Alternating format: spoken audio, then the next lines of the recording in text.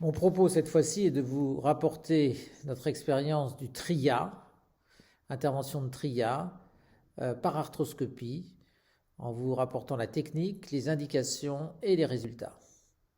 Si mes conflits d'intérêts. Il s'agit d'une technique très ancienne puisque Albert Tria, en 1954, lyonnais, rapporta cette technique pour les luxations antérieures récidivantes. Celle-ci fut décrite un petit peu avant le Latarjet par Michel Latarjet en 1957. Comme vous le voyez, il s'agit d'une chirurgie à ciel ouvert, avec une voie d'abord antérieure centrée sur la coracoïde, une ostéoclasie de la coracoïde qui est abaissée et distalisée et médialisée et fixée à l'aide d'un clou à la partie antérieure de la glaine. Dans le même temps, la capsule est retendue et traversée par ce clou. Mécaniquement, l'abaissement, la distalisation, la médialisation de la coracoïde, par l'effet du tendon conjoint, appuie sur le sous-scapulaire et renforce le sous-scapulaire dans les mouvements d'abduction-rotation externe. Donc c'est une intervention qui agit d'un point de vue dynamique grâce au tendon conjoint en abduction et s'oppose à la luxation antérieure de la tête humérale.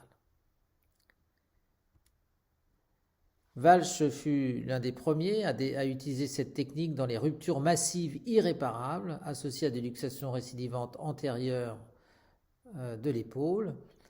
Il faisait ça à ciel ouvert avec une vis et il avait, avec son expérience, 16% de récidive. Christian Gerber a souhaité l'utiliser, lui, dans les luxations récidivantes antéro-inférieures. Il avait 4% de récidive et 17% de patients en échec ou déçus.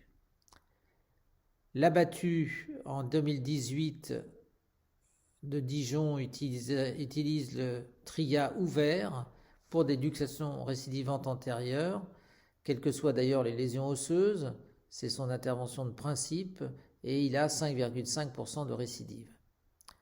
Nous avions souhaité, nous, avec Pascal Boileau, j'ai rapporté une série en 2017, lui en 2018, d'intervention de TRIA, associant à la fois une ostéoclasie de la coracoïde et une capsuloplastie antérieure et inférieure chez les gens hyperlaxes.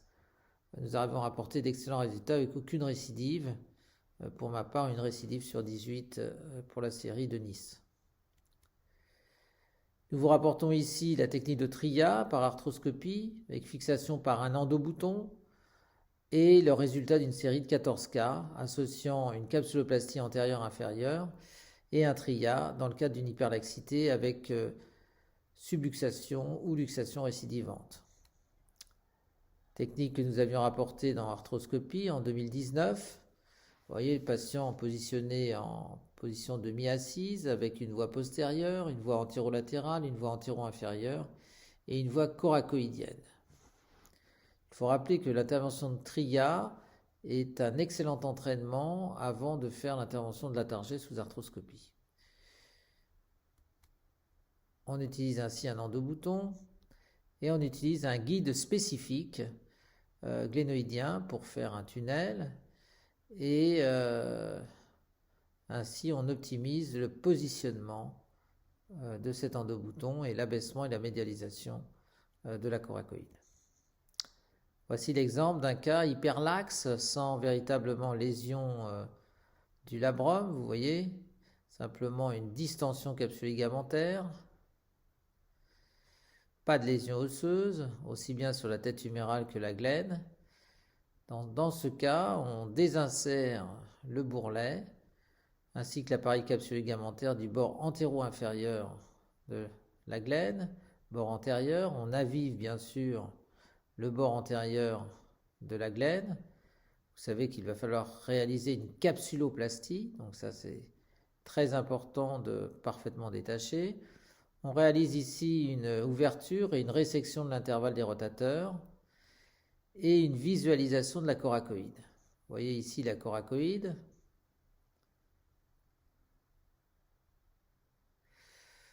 Voici le scope qui est placé en voie antérolatérale. Et on va couper le petit pectoral. On voit parfaitement la coracoïde. Elle a été parfaitement libérée. On perfore sa portion distale. Par voie postérieure, on met un guide glénoïdien qui va nous permettre de réaliser le tunnel qui va sortir au pied de la coracoïde, assez médial, de telle façon à ce qu'on médialise la coracoïde. À l'aide d'une fraise, on va fraiser le pied de la coracoïde en évitant de trop le fragiliser, car il faut garder la charnière supérieure. À l'aide d'un système de shuttle relais avec du PDS, on va faire passer l'endobouton d'arrière en avant, puis on fixe le bouton à la partie haute de la coracoïde, au bout de la coracoïde, et ainsi on va, avant de baisser la coracoïde, on va faire une capsuloplastie antérieure et inférieure à l'aide de sutures lasso. Vous voyez qu'on essaye de refaire l'effet bump du bourrelet. On utilise des encres 2.9 impactables. Généralement, on met 3 ou 4, voire 5 sutures lasso à 3 heures, 4 heures, 5 heures, 6 heures. Très important chez les gens hyperlaxes de mettre beaucoup d'encre afin de réaliser à la fois une capsuloplastie et une refixation du bourrelet avec un effet bump pour stabiliser cette tête humérale. Donc une fois fait la capsuloplastie antérieure, comme vous le voyez, antérieure, inférieure, on va s'occuper, on met ici encore une encre, vous voyez, on n'est pas économe en encre. Et là, on va fragiliser un petit peu la charnière et surtout, on va tirer en arrière avec l'endobouton de telle façon à faire une ostéoclasie. Vous voyez qu'on est au bord supérieur du sous-scapulaire et il est très important que le sous-scapulaire puisse être libre, puisse coulisser. Donc c'est tout l'intérêt de l'endobouton où on peut régler parfaitement l'abaissement, la distalisation et la médialisation de la coracoïde. Donc nous avions réalisé entre 2013 et 2016 14 tria associés à une capsuloplastie antérieure et inférieure. L'âge moyen des patients était de 25 ans. Il s'agit d'une étude monocentrique, prospective. Nous avons inclus dans cette série les patients présentant une hyperlaxité antérieure, définie par une rotation externe supérieure à 85 degrés, coude au corps, une hyperlaxité inférieure, définie par un sulcus signe. Il n'y avait pas de lésion osseuse, aussi bien à la radio qu'au scanner, et le patient avait décrit des subluxations ou luxations antérieures et inférieures récidivantes. Avec un recul de plus de 2 ans, nous n'avions noté aucune récidive d'instabilité et cependant 2 appréhensions persistantes. Le score de Walsh-Duplet était à 85, le score de Rowe moyen à 89,2, le score de constant pondéré à 95,8%. La douleur très minime, 0,7, et la fonction de l'épaule excellente, 91%. Au niveau de la mobilité, nous avons été un petit peu déçus car nous avons perdu en rotation externe une trentaine de degrés, que ce soit coude au corps, surtout coude au corps, mais aussi un petit peu en abduction. Par contre, l'élévation antérieure, nous n'avons perdu que 10 degrés. Il faut savoir que c'est des patients hyperlaxes, très gênés par des subluxations récidivantes, et donc ils étaient très satisfaits, bien qu'ils aient une limitation de la mobilité aussi bien en élévation qu'en rotation externe. Nous avons fait un contrôle scanner avec une reconstruction 3D pour tous les patients, et nous avons noté 100% de consolidation osseuse, aucune migration des boutons corticaux, et surtout pas de nécessité d'enlever le matériel. Un certain nombre de complications que nous avions auparavant avec les vis qui pouvaient se tordre ou qui pouvaient bouger ou qui pouvaient abîmer le sous-scapulaire.